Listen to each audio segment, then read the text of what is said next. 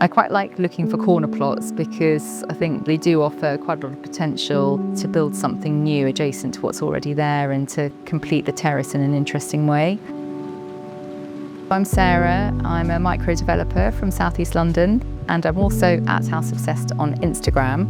And we're currently in my latest project, the Ripple House, which is in Peckham. When I first saw this plot, I knew it had potential. It basically consisted of 2 one-bedroom flats, which were not in a great state. The bottom flat, the back section, the kitchen and the bathroom were cold, uninsulated, a bit mouldy, and it had a very small, dilapidated studio on the side that went right up to the pavement boundary. But I could see that there was real potential to be able to knock that down, build something slightly bigger and 2-storey, which I could see wouldn't be a problem because we'd be building up against a 2-storey building. And I knew there was scope to be able to do a loft conversion to create a 2-bedroom flat up top. And because there was a garage out the back on the ground floor as well, I could see that we would be able to extend out the back here because overall we wouldn't be increasing the footprint that much. The whole plot is a very awkward wedge shape, which proved a bit of a challenge. With the corner house project, it was a nice square plot. If we'd had that here, we probably could have put a 3-bedroom house.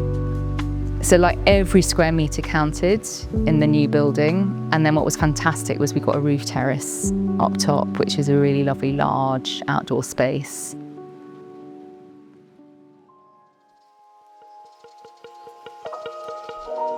When I'm developing, I know obviously I'm not going to be living in the spaces, but I'm thinking about them. What would I want and what would I need if I was living here? Storage is a big thing. So anywhere that I can see, I'm looking at the floor plan and I'm thinking, okay, well, there's that wall there and there's that behind. Actually, if you just took a chunk out there and sort of moved that there, you could get storage on both sides. But then other details, which are maybe not necessarily practical, but more of a design thing. Things like doing the exposed joists. I mean, that is a bit of an extra cost, but it adds so much to the feeling as you walk in. You'll see kind of around, it's relatively neutral kind of backdrop, but then I bring in colour, quite often kind of quite deep, but muted sort of colours. We've got like the deep reds and terracottas and greens and so on, but mainly on accents. So like, on woodwork and wardrobes and skirtings.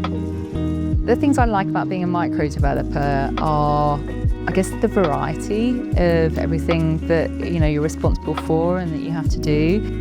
Designing all the different rooms and spaces and exploring different materials and speaking to different suppliers. But then there's the whole, there's the project management side, there's the financial management side.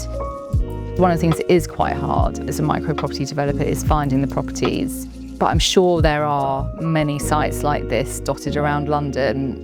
You've got to have that kind of spatial awareness and a sort of understanding of what's feasible to kind of spot those opportunities.